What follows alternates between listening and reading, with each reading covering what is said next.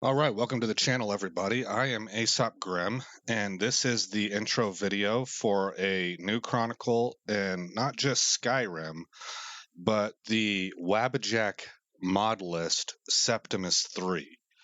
And that's why I've got it labeled as Chronicle number 1, even though I have a full playthrough of the main Dragonborn story on my channel for Skyrim.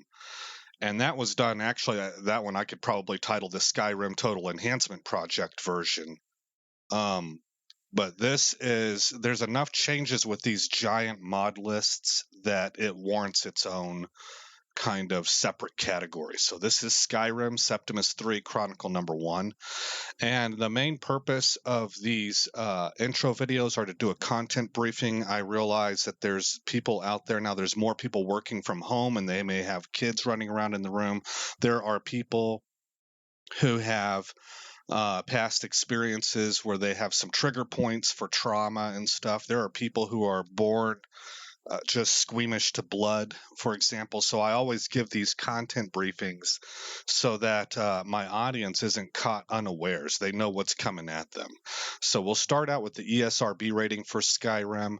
Do keep in mind that we're running a heavily modified Skyrim, so this is more of a guide because this is reviewing the vanilla main release version of the Bethesda Skyrim, but it still serves as a good guide. So the ESRB rating is M for mature, 17 plus for blood and gore, intense violence, sexual themes, and use of alcohol. And the rating summary says this is a fantasy role-playing game in which players assume the role of Dovahkiin, a prophesied figure with the power to combat dragons in the fictional world of Skyrim. As players traverse through mountainous, open-world environments, they complete missions and quests that impact the eventual fate of their character.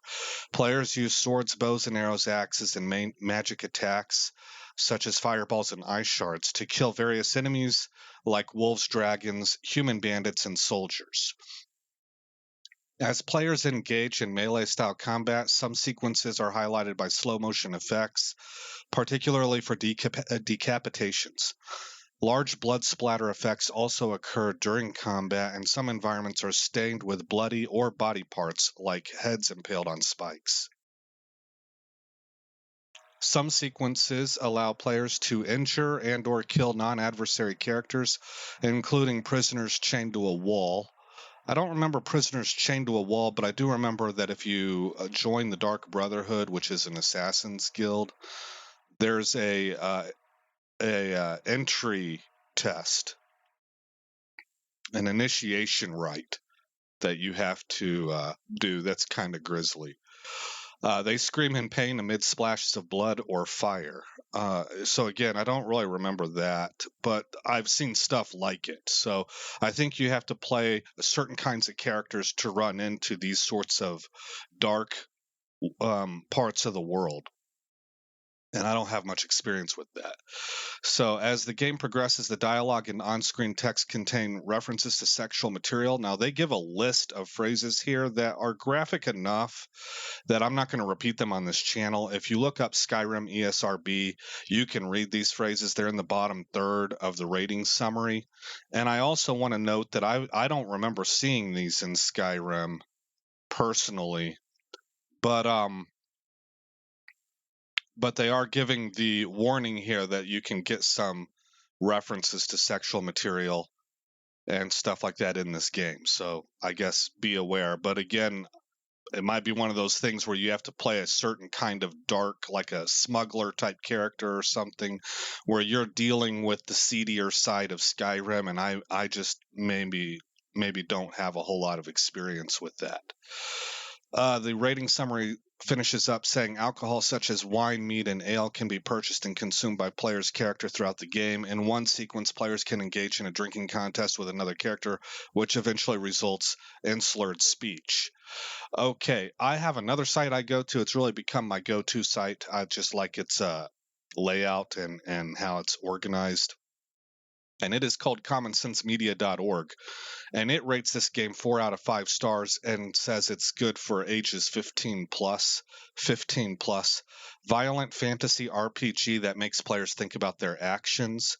If you scroll down a little bit, they've got a section titled "What Parents Need to Know." I don't want you to misconstrue this as something that the angle that I'm coming from. This channel is not for kids. I'm not marketing towards kids. This is for adults, but I do try to make it family friendly. And so a section like "What Parents Need to Know" pretty much kind of captures what I'm trying to front load people with. And this says parents need to know that the Elder Scrolls V Skyrim Special Edition is a remastered release of a first-person fantasy role-playing game with frequent and intense violence. Players use medieval-style weapons and magic to slice, bludgeon, and burn human and humanoid enemies to death, often covering the ground in blood and viscera in the process. There's no profanity or sex, but players will encounter dialogue that makes references to... there's a slur here that means ladies of the night. And there's a violent sex assault word here that typically happens from male to female. It's a crime that males perpetuate on females. Typically, it can go the other way, but I think you get the picture of what I'm talking about. I just don't want to say, in case you got toddlers in the room or something. I think people that are old enough where these words wouldn't offend them can make sense of what I'm getting at here. And several scenes, including depictions of people, including the player's character, drinking alcohol and wine, sometimes to gain status boosts. Okay, now there were also a couple of handwritten reviews that I thought would capture, because if you read that just in isolation, sounds pretty serious. Like whoa, I mean, what all that sounds pretty bad.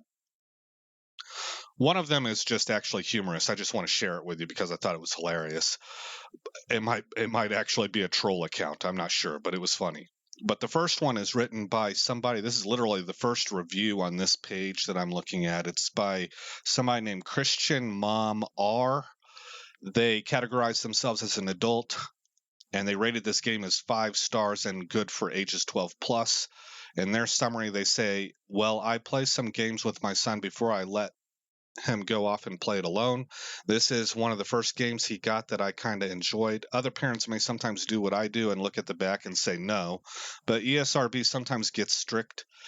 There is not much sexual activity. There is a bit of cleavage, not bad though. You can also get married in the game. Your wife doesn't really play a role, though. All she does is follow you around and make you food and give you money now and then."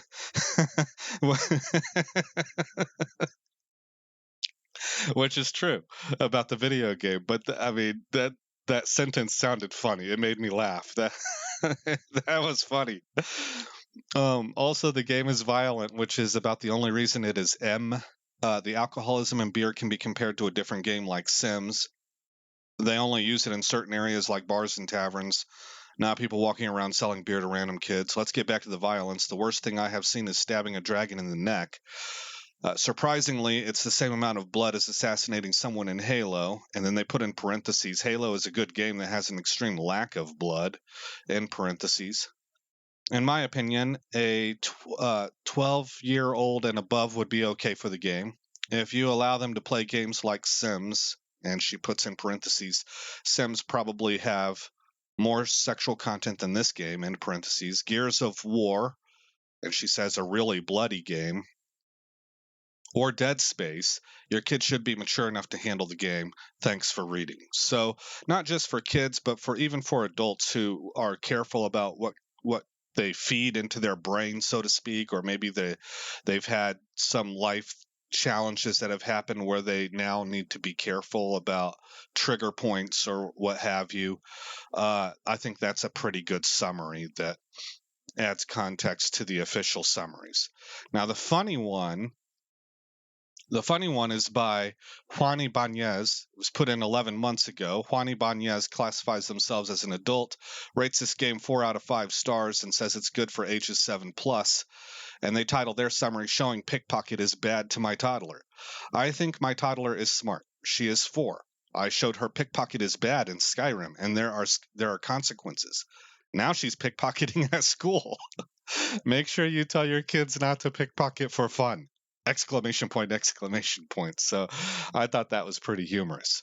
Okay, that's going to wrap it up for the content briefing, and we will get into what my plans are with this chronicle. All right, so we'll start out with what is Septimus 3. I told you it's a wabbajack mod list. If you Google wabbajack, it'll take you to the wabbajack website. Wabbajack, I believe. Wabbajack. And they have a gallery there with that you can select, and it'll show you all of the different mod lists that they have. And it's for multiple games, by the way. There's some Fallout games out there, No Man's Sky, and you can narrow that list down to Skyrim. And you'll have a whole litany of different mod lists to pick from. And the thing that this does is that typically when you were, or in the past, if you were going to mod Skyrim, you often ran, especially when you started stacking lots of mods, you would run into conflicts that could cause your game to crash. And so, in order to get a smooth running Skyrim with a ton of mods that played well with each other, you needed to use a number of software edit tools like Xedit and Loot Organizer for the load order in order to get the mod experience that you were looking for in a stable game.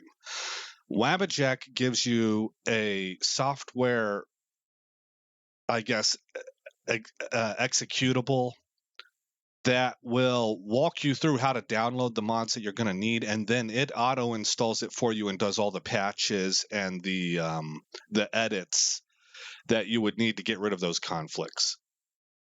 It makes things infinitely easier. And this mod list, Septimus 3, has between 6 and 800 plus. I'm not sure. I've seen both numbers, I believe. So I'm not sure if it's over 600 or if it's over 800 mods. But in either case, that's a lot of mods. It's a lot. And I was up against a situation where I still haven't done all the content. And so this is this mod list contains a bunch of the now famous mod created DLC sized quests. We've got Undeath for one. Undeath is one I've never played. It was made for Old Rim. That was the original Skyrim before Special Edition. And my understanding is you can't even get that to work in Skyrim SE unless you understand how to go in using software tools to get into the guts of Skyrim and patch it and get rid of conflicts so that it works correctly. And so this mod list contains that with all of the applicable patches. It has Worm's Tooth. It has Legend of the Dragonborn. It has Skyrim, Beyond Skyrim Bruma. All of the mods that I've heard of, Helgen Reborn is another one that it has. That I've never played these mods, but I've heard of them because they're so popular. It has all of that. And so that's a great game. That's a great mod list for me to make a main character and do everything. To do the Dragonborn game again, the main quest, to do the Dawnguard DLC, to do the well, I said Dragonborn. To do the main quest, to do the Dawnguard DLC, and to do the Dragonborn DLC. And then to do all of these main, very highly popular mod-made modder-made quests like Vigilant and the ones that I mentioned earlier. With one character that I can level up as high as I want, and like everybody else has done, where you're like level 246 because you've been playing the same character for 10 years, that kind of a thing.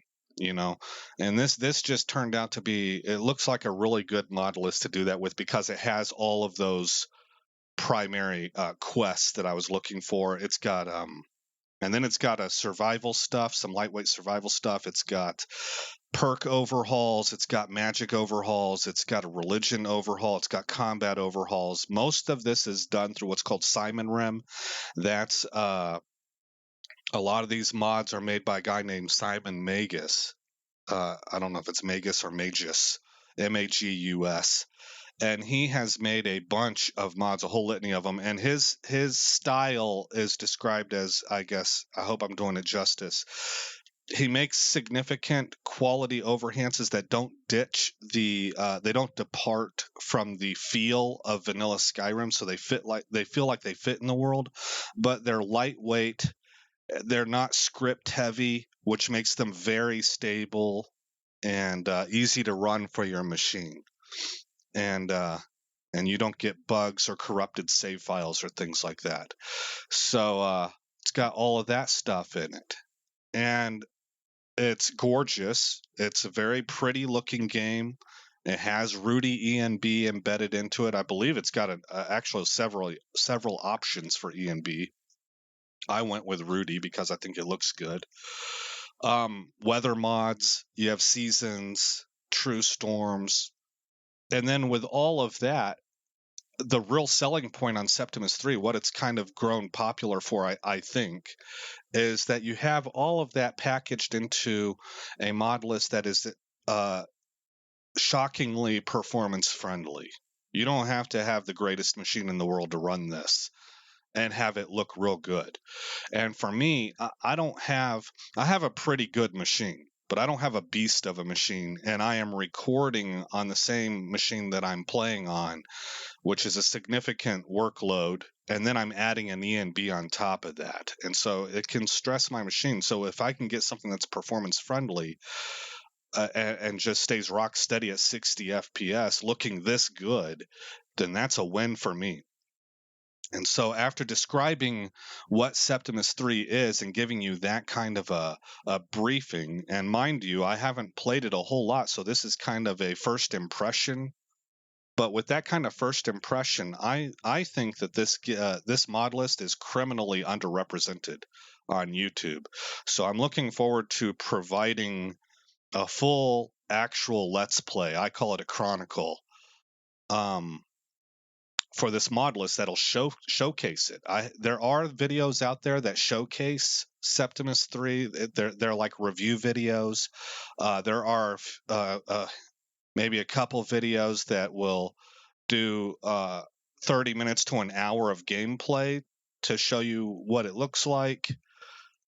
Again, as a review, but there's only 2 or 3 that actually do any playthroughs with it.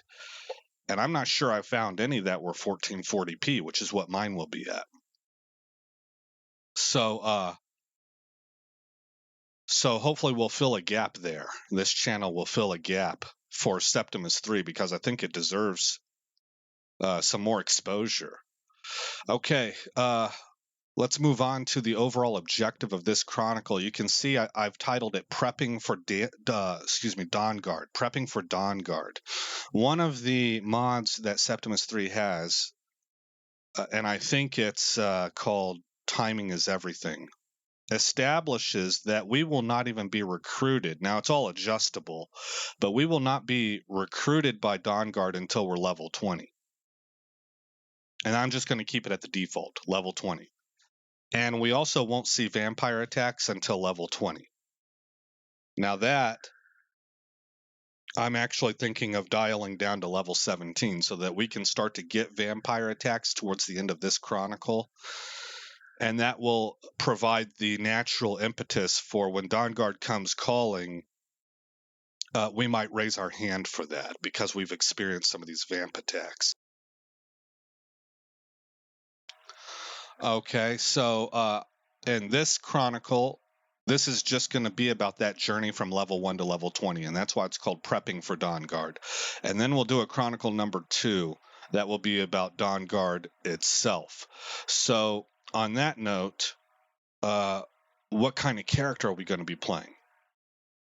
Well, I wanted to tell you that I had a plan in place, and in fact, I think I talk about it at the end of the one Skyrim Chronicle I have already on my channel. And I live streamed that one, and there were a couple guys that showed up day in and day out regularly and basically taught me how to play Skyrim. And I talked with them about what was going to come next. Now, that was a couple years ago. That was whenever I started this channel back in 2020.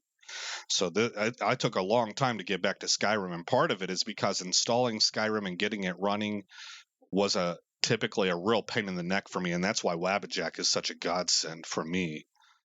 But the kind of character we're going to be playing is a Holy Crusader. But what I was planning on doing, and what I talk about at the end of that other chronicle that I just mentioned, that's on my channel right now, is I had this idea of playing a female Breton who had been kidnapped by vampires and forced into thraldom.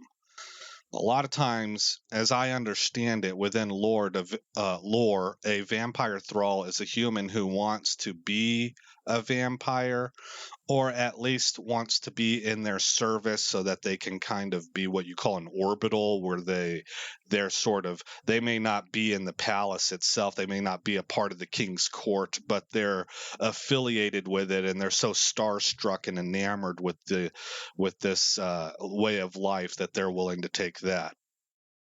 And that's what a thrall normally is. But in my playthrough, I was going to have our girl was kidnapped and forced into being a thrall.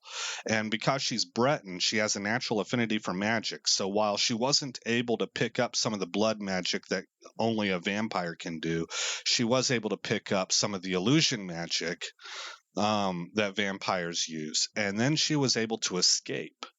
And now she's got an axe to grind, and the series was going to be about her revenge tour, and how she rids Skyrim of vampires wherever she can find them. She was going to be a vampire hunter, and she was going to be an archer, like a stealth archer with magic support based in illusion.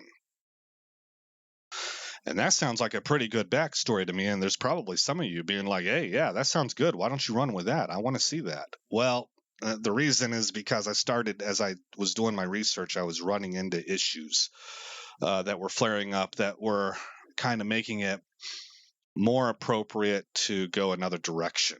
So, also, this was going to be a one-off character, not my main character, because I'm a guy, and I'm not the kind of guy that would have a female as my main character. I would play a male character. So this was going to be a one-off that I was just going to do the Dawnguard DLC with, this female Breton. And I liked the idea of Breton.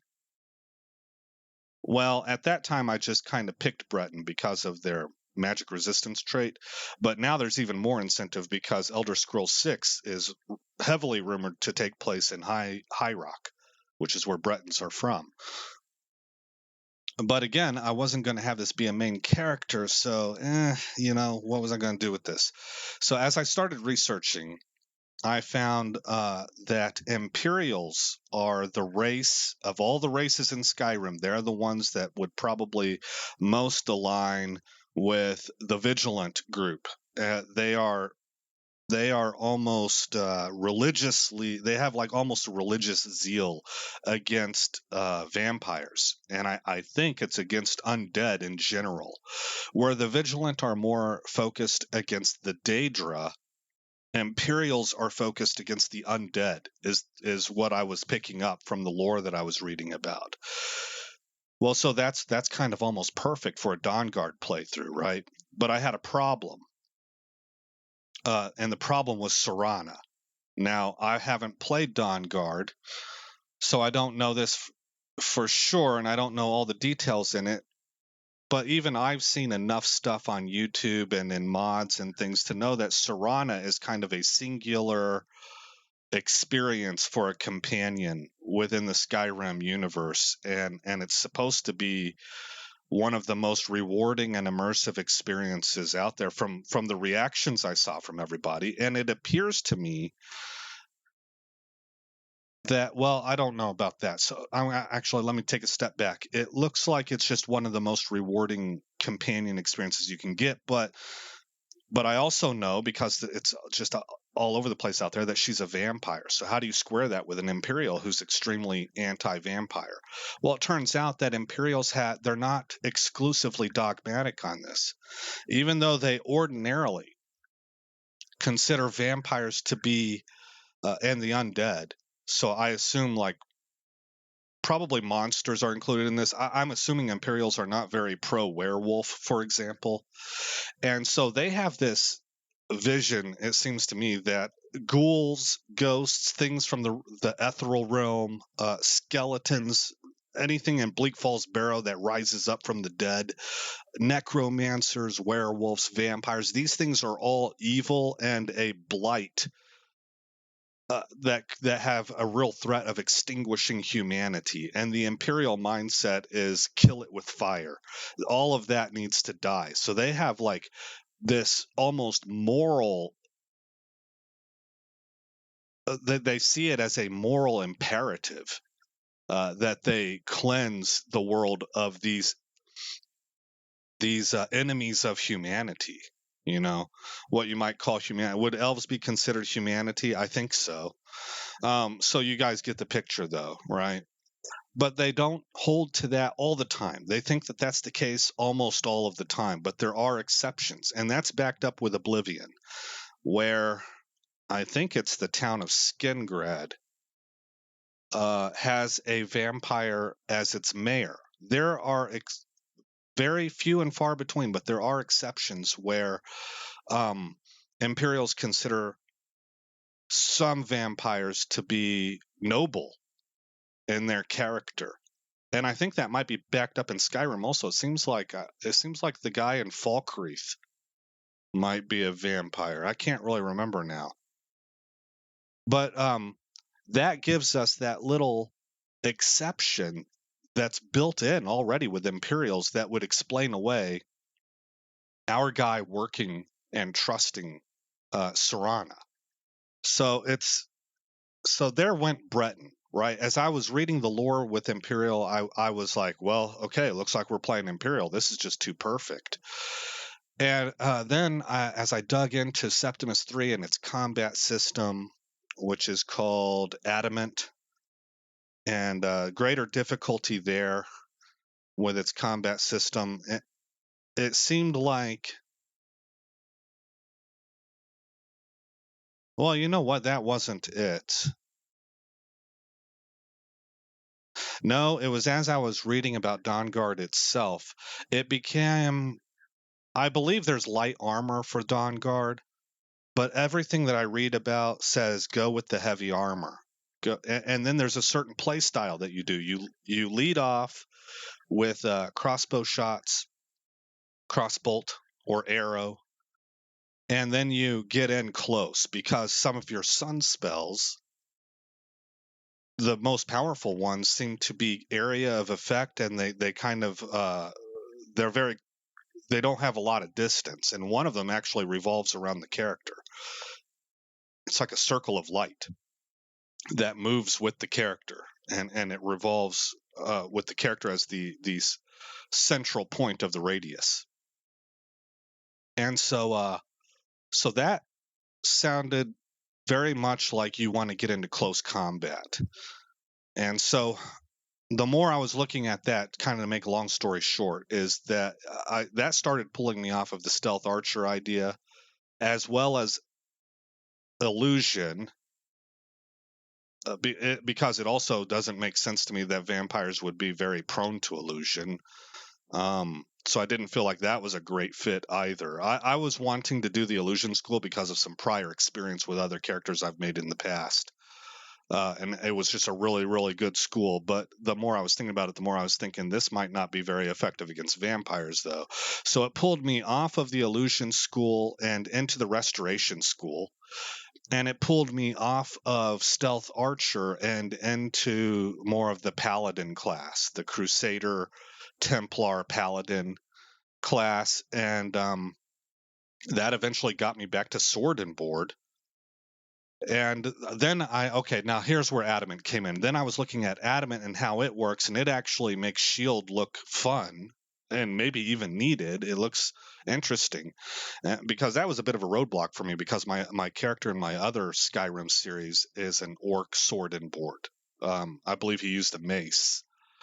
So I was like, no, I've already done that. But the more I was looking at it, the more it was looking like, for this for Dawnguard explicitly, it looks like that's the direction I want to go. So after a little while, I just realized this is the best way to do it. We're going to play an Imperial. It's going to be a Crusader, heavy armor, shield, and axe. We're going to use an axe with restoration as the magic tree and enchanting.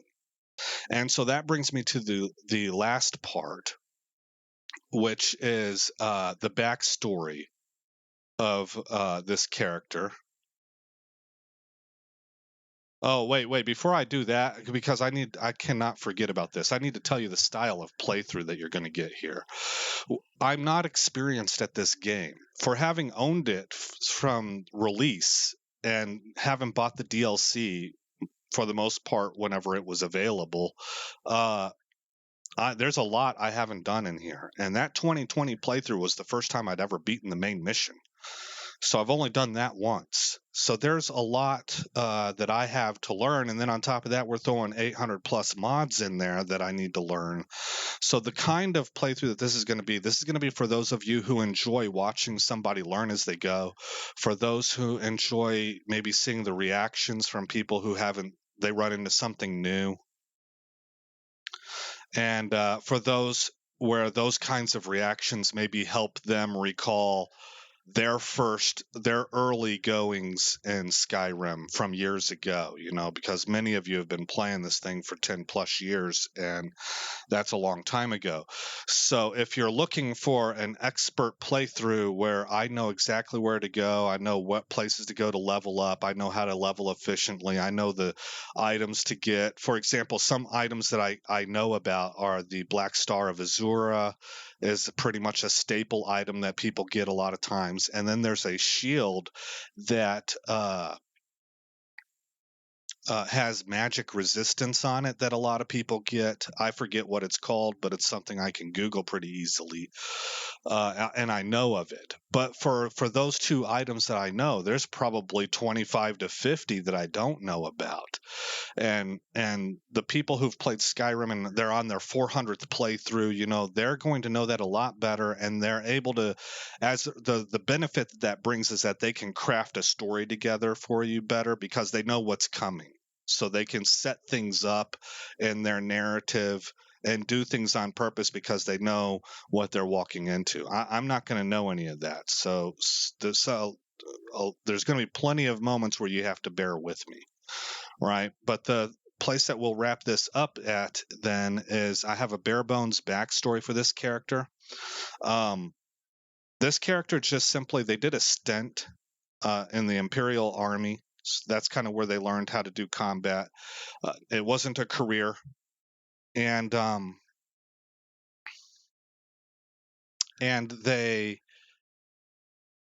are, maybe, I don't know what word to use. Disillusioned comes to mind, but I think that's too harsh of a term. But the way that the war ended, they're sort of like, what's the point of anything? And they also want to get away from their own culture. They are they're in a moment in their life where they really want to detach from all of their preconceptions, meaning they don't want to be tied to their culture, where the etiquettes, the various etiquette, the niceties, the expected norms, and how your expected behavior are already pretty well defined because that's what a culture is, or results in. That's one of the things a culture results in. And they want to get out and away from that and be on their own and just kind of try to find some tranquility and some answers. And so that's what brings him to Skyrim. Our guy's going to be a hunter, and he starts outside of Helgen because that just really dovetails real well with the Dragonborn main quest. And so that'll work real well for that. And that's how he got to Skyrim, is he's got a little bit of a wanderlust to him. But he comes from a family that is generations deep in its affiliation with Crusader types, with Paladin types, and have some alliances or associations with the clergy because that's what would be natural for Paladins. And so this guy grew up from childhood where all of the family functions, people talked about things like vampire hunting and the tragedies they ran into and the prices that were paid and the towns that got terrorized and made some of his former or his older relatives and ancestors uh, inspired them to stand up for that town and go hunt vampires. It's all of the stories of conquest and victory, as well as those of death and defeat, and maybe even he's got some sad stories in there where maybe a great grandfather went and put his life on the line to defend a town against vampire attacks and then got bitten and became a vampire himself, which would be a fate more cruel than death for a family like this, right? He has that kind of stuff in his background. And because he's familiar with these kinds of things and he's been really soaked in this sort of outlook on life through um, his family traditions, then that would explain the kinds of perks we're going to take, because this guy would have a natural direction.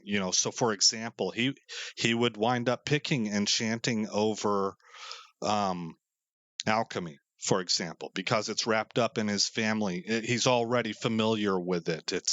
It would be natural for him to lean in that direction. And those aren't the kinds of things that he's looking to get away from, where the wanderlust comes in. His family history is one thing. He's wanting to get away from imperial culture and just see not even necessarily what the rest of the world has to offer. He's not looking to enmesh himself in other cultures. He's looking to get off alone and try to find some peace and figure some things out. So there's our Barebones backstory, and I think we'll wrap it up right there. That's about all I got. I think I touched on everything.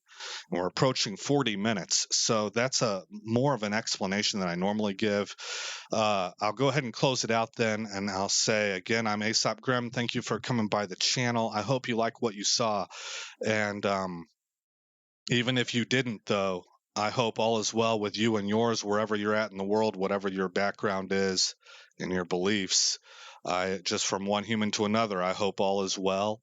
For those of you who are peaked enough to give a couple episodes a shot and see if I'm the kind of play style that you wanna go ahead and listen to further, then I will see you guys in the next episode where this story begins.